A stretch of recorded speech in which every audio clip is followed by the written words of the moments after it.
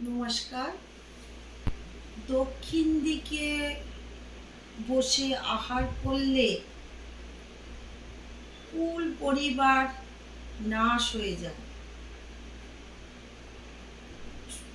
পথে চলতে চলতে ভক্ষণ করলে দারিদ্রতা থেকে যায়।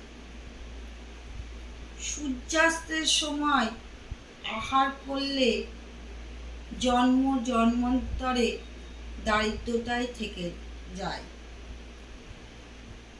পূর্ব দিকে মুখ করে বসে আহার করলে পুণ্য লাভ হয়।